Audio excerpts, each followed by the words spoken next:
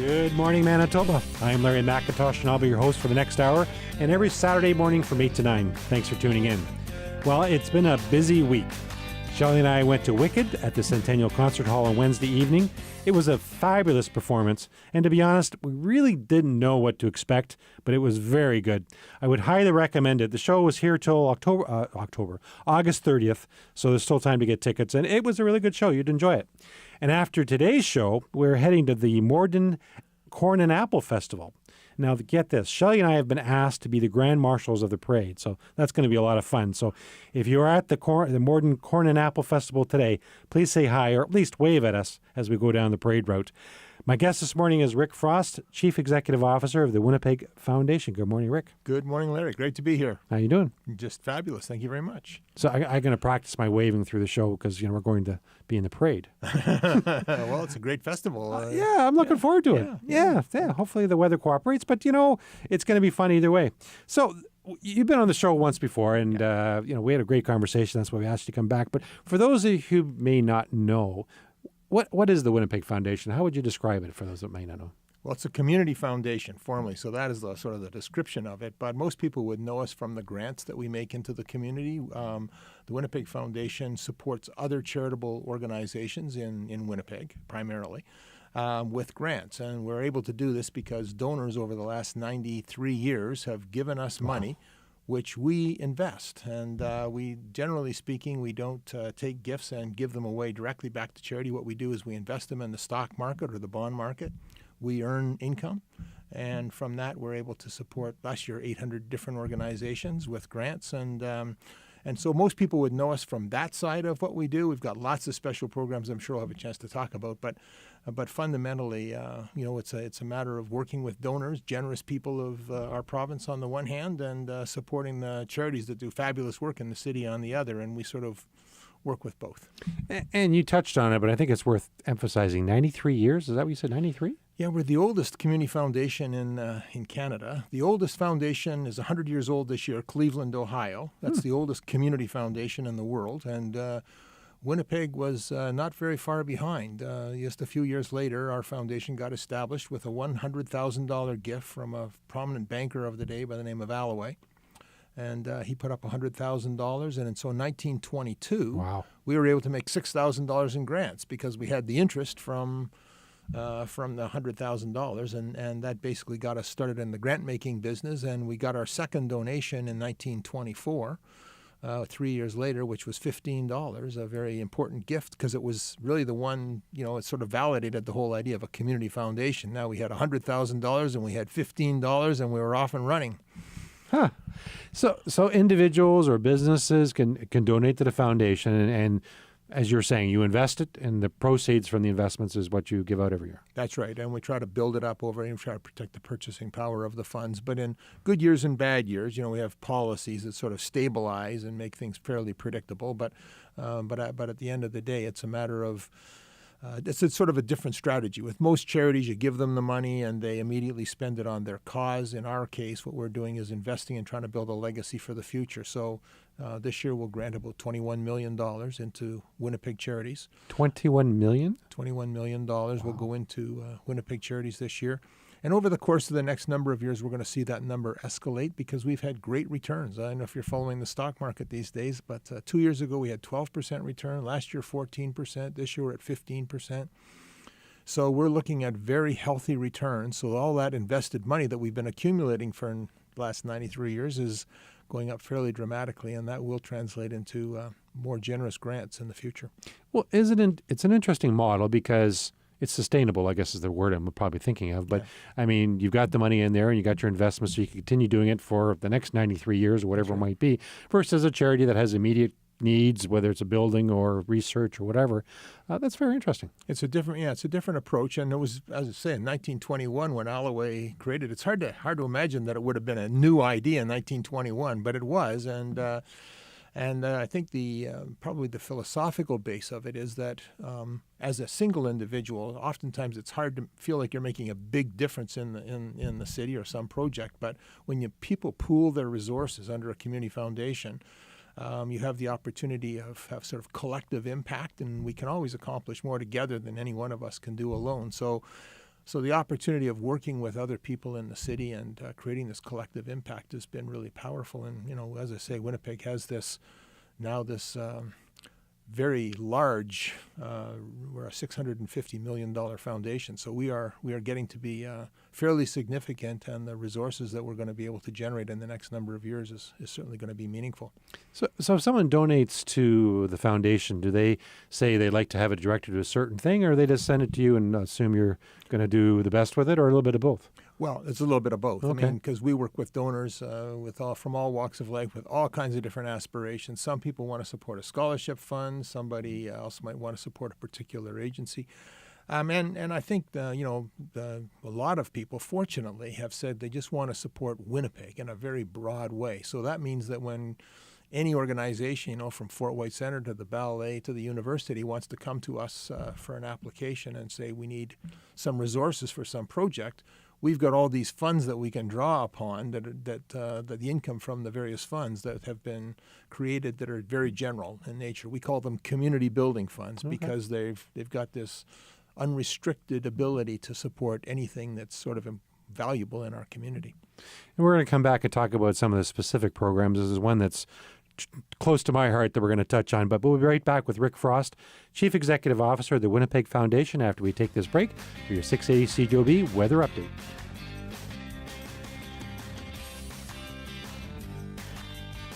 Welcome back to Food and Friends. I'm really excited to announce that Peak of the Market now has a recipe app. It's available free through the Apple, the Android, or the BlackBerry World app stores. All you have to do is go to one of these stores and search for Peak Recipes, or go to our website, peakmarket.com, and all the information is there. The app has over 4,000 recipes at your fingertips. You can also create a shopping list. You can push a button, it'll give you a shopping list for that recipe, or even add additional items that you might want to get while you're at the store, so it's all in one spot. Now, this is interesting. For every person who downloads the free Peak Recipe app by October 31st, Peak of the Market growers will donate 20 pounds of fresh vegetables, up to 1 million pounds, to the Winnipeg Harvest Food Bank. We're very excited with our new mobile app, as we're not only getting recipes out there, we're helping those less fortunate than ourselves by donating fresh vegetables to Winnipeg Harvest. Again, the free Peak Recipes app is available for your smartphone or your tablet through your app store or peakmarket.com. We're back with Rick Frost, Chief Executive Officer of the Winnipeg Foundation. So, Rick, we were talking before the break about my one close to my heart, and it's about nutrition. So maybe tell us a little bit about that program. Well, the Winnipeg Foundation supports a wide range of organizations that work with child nutrition particularly. But one of the gaps that community organizations identified was after-school programs. There's a lot of organizations out there that are offering, sports programs or homework clubs or various things like that, arts programs or whatever. And the kids are hungry when they get out of school. Anybody gets home from school, the first thing they say, what's to eat? That's a common thing, right? So this was identified as a need. So we created this program called Nourishing Potential, which is intended to augment the food budgets of organizations that are providing this kind of programming. Now, it also gets into some summer programming and others, but it's outside of school. So it's not in-school programs, it's after-school programs. And basically, we're trying to improve not only the quality of the food and the ability to purchase food in the first place, but also teach the kids a bit about what is a good diet and what are the good things to watch for. But from organizational perspective, also provide some money for like refrigerators, for example, or stoves or equipment that they might need. And we're also providing some money through this program for food handler certificates, because one of the interesting things is that if you're at a drop-in center or whatever, and you're serving muffins or whatever you might be making for kids, that having the kids involved in it, if they can get a food handler certificate, it opens the door to maybe a job at McDonald's or some other organization like that that's doing restaurant type of business. So there's a lot of good elements to Nourishing Potential. So we started it 3 years ago. And I want to say to Peak of the Market, thank you very much for being a donor to this fund, because you are a supporter of it, and we do appreciate that. But we started it 3 years ago, and we've now made 107 grants through this program, and about $675,000 has gone out the door to about 50 different organizations that are working with kids after school. So, it's just a way of making a difference in an area that was sort of identified by the community as being a gap. And one of the things that the foundation has the good fortune of being, we work with, a lot of organizations, hundreds of organizations every year. And so we can sort of see where the gaps are, and Nourishing Potential is giving us an opportunity to fill one of those important gaps. And Peak of the Market was certainly honored to be helping with this, because this is, as I said, it's close to our heart. Obviously, vegetables is Yes, good for you, course, and yep. we could talk about that. But And I had a fortunate upbringing, and I learned about nutrition and had healthy food. But not everybody has that opportunity, and not everybody knows how to even cook anymore. That's right. You've kind of teaching the kids that. Yeah. So there's that element of teaching, but there's also just helping the charities do their job better. Right. Because if you want to teach a kid how to do some art or something like that after school, you can't do it on an empty stomach, and nobody. And so I think that. The value of this program is just make other investments that the community is making in these various programs more effective. And so I think we really feel really good about this program. We're trying to build a $5 million endowment, by the way, I should say. $5 million is a big endowment. But if we could build a $5 million endowment, we would have about $250,000 a year. That's how much it would sort of generate from investments. And so in 3 years, we've got the endowment up to about $3 million. Oh, wow. So we're on our way. It's going to take a while, but thanks to generous donors like Peak of the Market and many others, we're on our way, and we're gonna make that $5 million mark, and then it's a sustained program. And that's the joy of the Winnipeg Foundation, is that we're in the legacy business. We build resources that are there forever. And if people are interested in donating to that program or getting more information, what's your website? www.wpgfdn.org. It's pretty easy. Okay, so Yeah. If you just type you could always do a Google search and find it. But Winnipeg Foundation. Absolutely. But it's interesting. This program, as I said, is great for us, and it certainly helps a lot of people. And I like the name Potential, Nourishing Potential, because whether that's art or whether it's learning the next day, you're helping the next generation of kids. That's right. And we want, we all rely on the next generation. And really in some ways, you think about the Winnipeg Foundation, it's a legacy from the past, for sure. I mean, all these 93 years of donors who've given us the capacity to make these grants, but it's also a promise to the future, and that's what something like helping these kids is all about. We'll be right back with Rick Frost, CEO of the Winnipeg Foundation, after this break.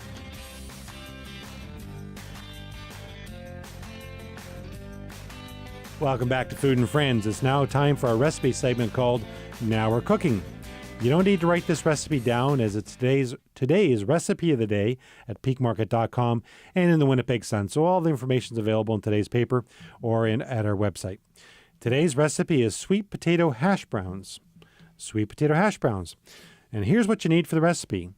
3 tablespoons of cooking oil, 3 tablespoons of butter or margarine, 1 onion chopped, and for best results, use Manitoba-grown onions. And they're just coming off the fields now, so you should be able to see them in the store shortly.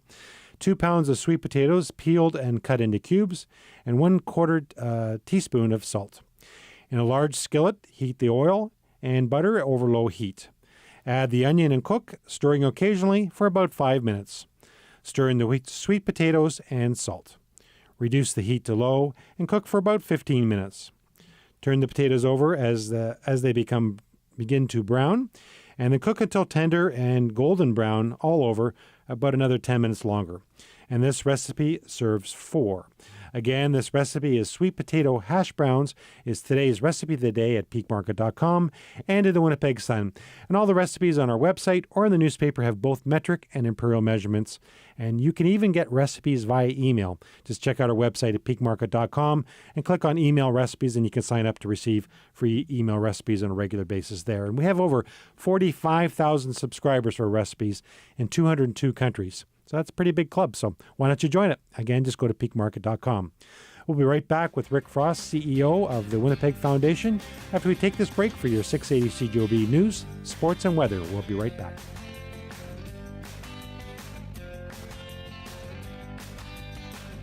Welcome back to Food and Friends. We have lots of Manitoba-grown vegetables available at your local store right now. This is a wonderful time of year. Here's a quick crop update of what's available from Manitoba Grown at your store now. Green and yellow beans, beets, broccoli, kale, leeks, cucumbers, cauliflower, zucchini, green, red, and Savoy cabbage, carrots, corn, cucumbers, pickling and jumbo onions, green and jalapeno peppers, spaghetti squash, and red potatoes just starting off the fields this week. So they're all available at your local store right now. So some of our biggest crops, which is carrots and onions and red potatoes, are all rolling into the stores now. So when you visit your local store, please support locally grown products. And as always, if it says Peak of the Market on the label, it is guaranteed to be grown right here in Manitoba. We're back with Rick Frost, CEO of the Winnipeg Foundation. We were talking during the break about youth. Youth in philanthropy. Philanthropy. That's what I said. I can't say that word. So tell us a little bit about that program.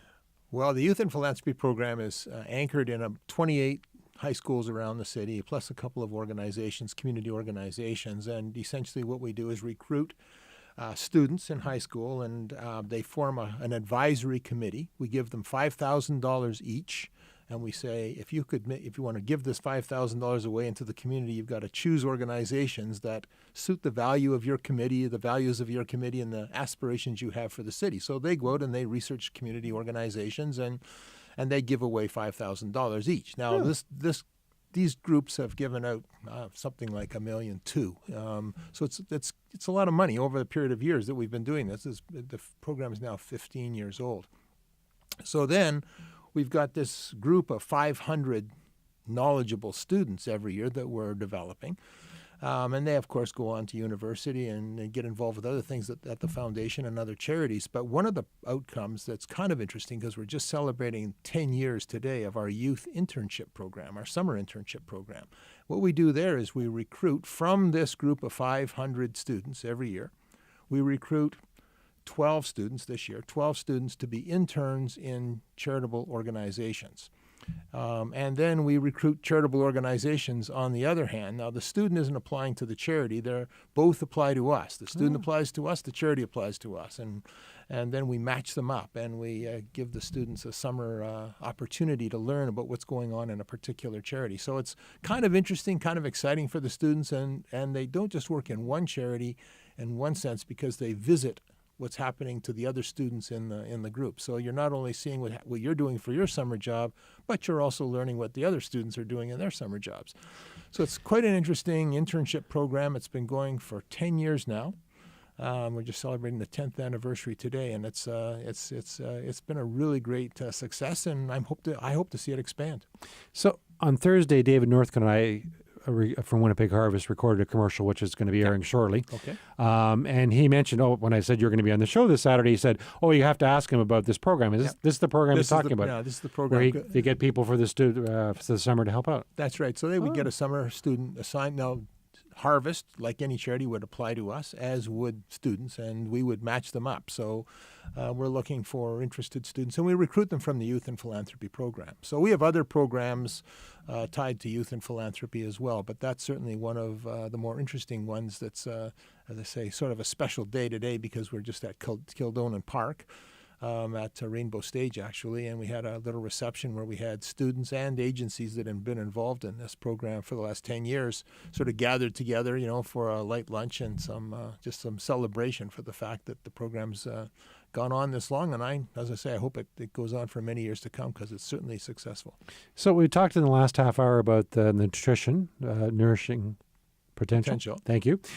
I think that's an easy one to say. Yeah. And this, is the foundation mostly about youth programs and kids, or? No, we have many different initiatives that we're involved with, but there's no question that children are an issue in the city in terms of trying to make sure that everybody has an opportunity to enjoy the benefits of Winnipeg. And there's some challenges, I think, and particularly in some of the least advantaged neighborhoods. Not that the summer internship has anything to do with that, but there's no question that some of our programs, if I think of Growing Active Kids or the You Can Do It Awards or Literacy for Life, are very ready. I think of a whole range of programs that we're involved with are youth-oriented programs, but certainly our grant making takes us into all kinds of areas in the city, from personal care homes, to universities, to the arts organizations, and that sort of thing. So how long have you been with the Winnipeg Foundation? 17 years. 17 years. A long time. A lot of these programs that you just talked about were 10, 15 years running. So have you seen the results of the program down the road kind of a thing from when they started to what's happened with some of these people today? Well, we get all kinds of positive feedback from people, and we've had interesting situations with youth and philanthropy, for example, where we now have some of the teacher advisors or mentors of the youth and philanthropy program actually were students in the youth and philanthropy program 10 or 15 years ago when they're going through high school. So it's sort of a circle, you know. So yeah, we get lots of positive feedback on the investments that we make. But you know, it's like anything else in life. You know, you make a lot of investments believing that's what makes the city great. And there's no question that the work of the charitable organizations that we partner with, I think are really making a big difference to the quality of life we enjoy in the city. And it has to be a huge undertaking to decide where you're going to invest the money that the foundation has. Looking at the applications, and that's got to be quite a process. Yes, it is. We've got great staff at the foundation. I feel my colleagues are really good at their work. But in addition to that, we have committees and board, obviously, who sort of oversee the whole thing. And in the end, grants are approved by the board or the grants committee or perhaps an advisory committee. We're talking about nourishing potential, so there's a 15-person advisory committee who makes the decisions on those grants. But you know, we have staff to do the research and the legwork, and ultimately you have volunteers who can sort of oversee it and say, yes, those are good decisions. And so there's work involved, and I think it's important to steward these resources because generous donors for the last 93 years have given us this money, and they want to make sure that it's making a difference for a long time to come. And sometimes it's certainly volunteers, and Manitoba is fantastic for that, and I've talked about that frequently, but sometimes it's not, you're not giving away a ton of money in some cases. It's just a little bit of money to spark a program or an after-school program we're talking about later. That's right. Yes, and it comes both ways, actually. Small grants can make a huge difference, and we see that lots of times. But oftentimes at our foundation, people have the perception that it's fairly wealthy people who make gifts, and of course we're blessed to have some of those, but the median gift at the Winnipeg Foundation is $100 a year. So maybe we can talk about the generous donors that we have that make such a difference. That would be great. We'll be right back with Rick Frost after this break.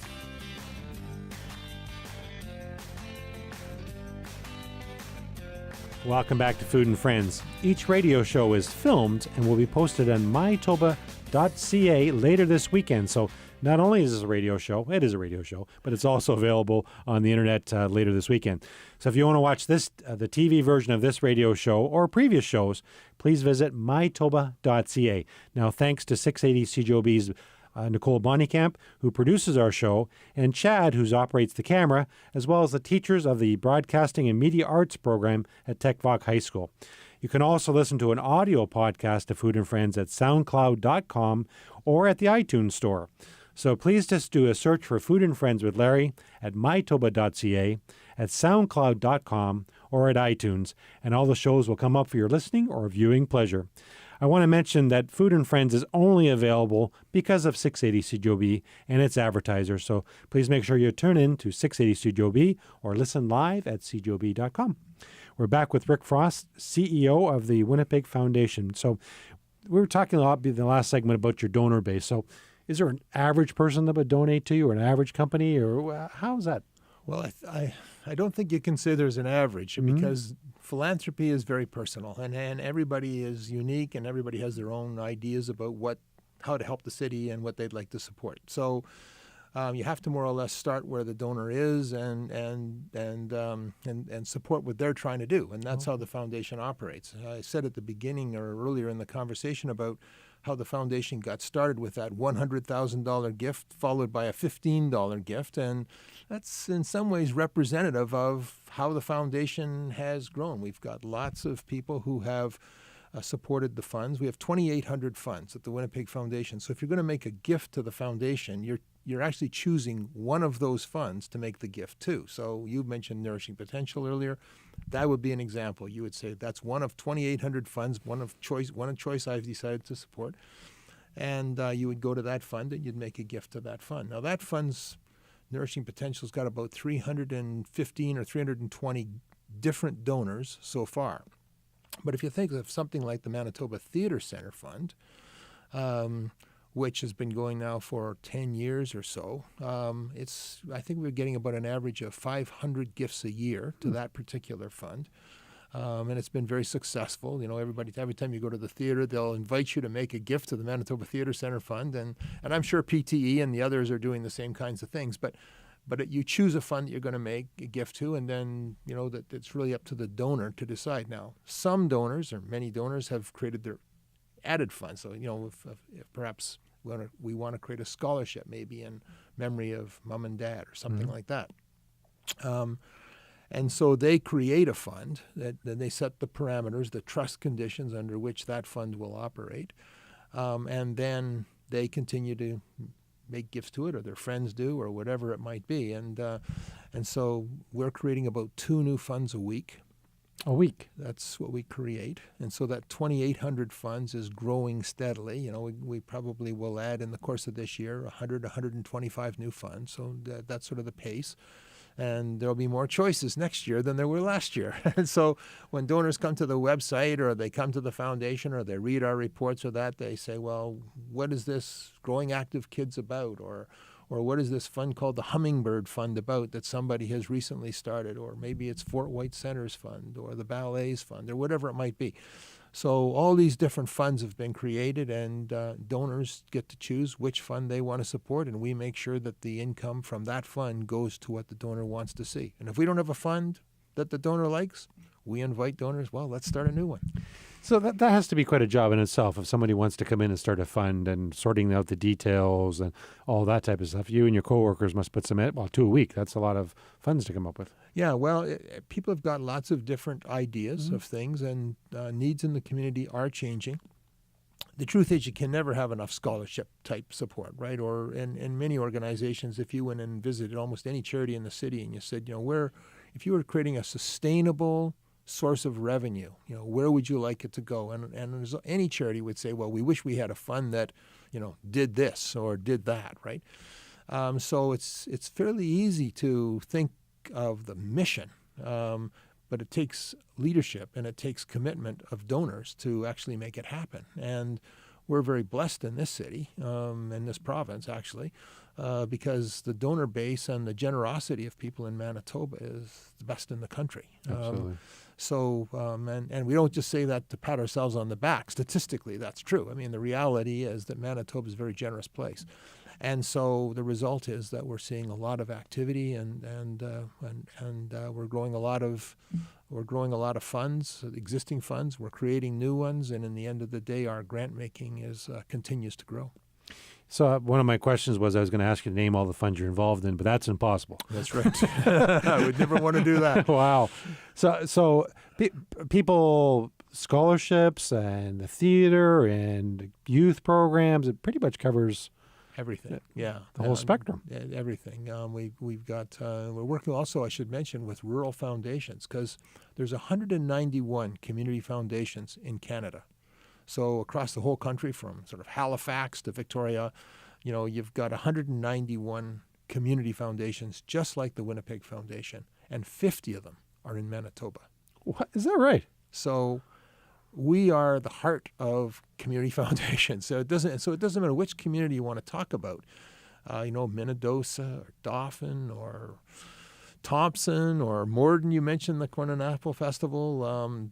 These places all have community foundations, and so they're sort of like mini Winnipeg foundations out there, and they're volunteers who are trying to build those foundations. And we have a program called Endow Manitoba, which we sort of celebrate in November, and we're going to beef up the marketing around that program this November, in order to bring higher profile to the work of these small foundations in Manitoba that are really doing fabulous work right across our province.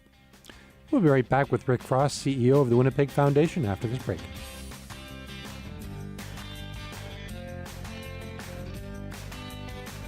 Welcome back to Food and Friends. My guest today has been Rick Frost, Chief Executive Officer of the Winnipeg Foundation, and it's a fascinating conversation. 2,800 funds, no idea you do that. 2 new ones a week. All because of donors in Manitoba and elsewhere, I'm assuming.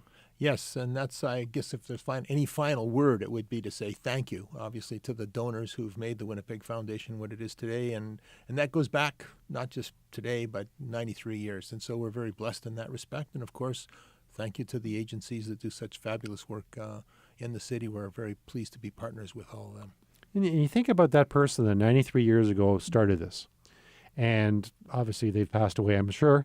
But Yes. the legacy they've left and the people they've helped for many years, generations to come, and that's true today for 90 years from now. So Absolutely. For good, forever. thanks, Rick, for being on Food and Friends. You bet. Thank you. Enjoy the rest of your weekend. Hopefully we'll see you at the Borden Corn and Apple Festival Parade later on. Thanks to Nicole Bonnikamp, our show's producer. Take care, and please don't forget to eat your veggies.